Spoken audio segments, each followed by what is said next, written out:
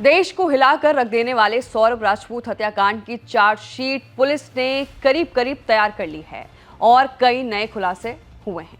अगले हफ्ते तक उसे कोर्ट में पेश कर दिया जाएगा।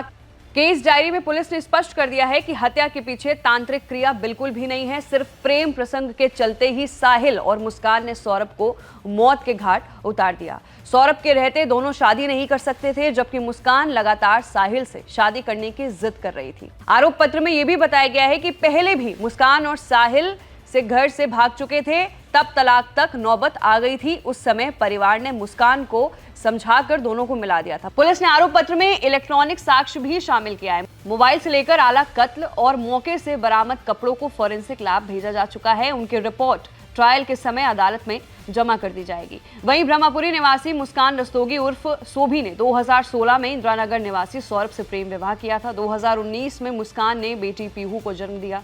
इसी वर्ष मुस्कान की मुलाकात सहपाठी साहिल से हुई। मुस्कान और सौरभ के प्यार में साहिल की एंट्री होते ही बात तलाक तक पहुंच गई।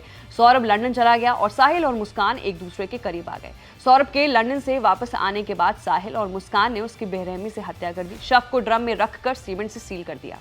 पुलिस ने घटना का पर्दाफाश करते हुए दोनों आरोपियों को जेल भेज दिया है। मुस्कान और साहिल जेल में काम करने लगे हैं। उधर पुलिस ने दोनों के खिलाफ आरोप पत्र तैयार कर लिया है।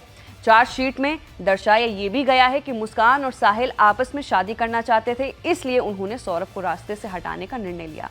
सौरभ के माता पिता उससे दूर रहते हैं, इसलिए दोनों समझ रहे थे कि सौरभ की हत्या के बाद कोई भी उनके खिलाफ नहीं जा सकेगा। शादी करने के बाद दोनों साहिल के घर पर रहेंगे।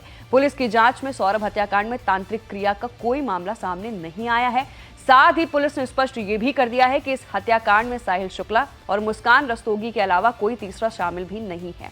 पुलिस एक हफ्ते में आरोप पत्र कोर्ट में दाखिल कर देगी। साथ ही फोरेंसिक जांच की रिपोर्ट आने के बाद कोर्ट में भेज दिया जाएगा। चार्जशीट जल्द जमा होने पर दोनों को कोर्ट से जमानत नहीं मिल सकेगी। वहीं केस डायरी में पुलिस ने यह भी जानकारी दी है कि सौरभ की हत्या करने में मुस्कान और साहिल दोनों ही बराबर के दोषी हैं। मुस्कान चाकू और ड्रम और सौरभ को बेहोश करने की दवाई लेकर आई थी, जबकि साहिल सीमेंट लेकर आया।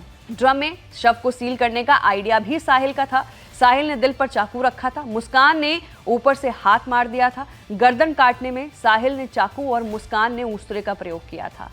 हत्याकांड के बाद दोनों ही हिमाचल में घूमने चले गए थे। तो फिलहाल के लिए सौरभ हत्याकांड को लेकर ये नया खुलासा है, जहां पर पुलिस ने अपनी चार्जशीट सामने रखी है और उसमें कई बड़े खुलासे हुए हैं। तो आपकी क्या राय इस रिपोर्ट पर नीचे दिए गए कमेंट सेक्शन में अपनी राय जरूर रखिए।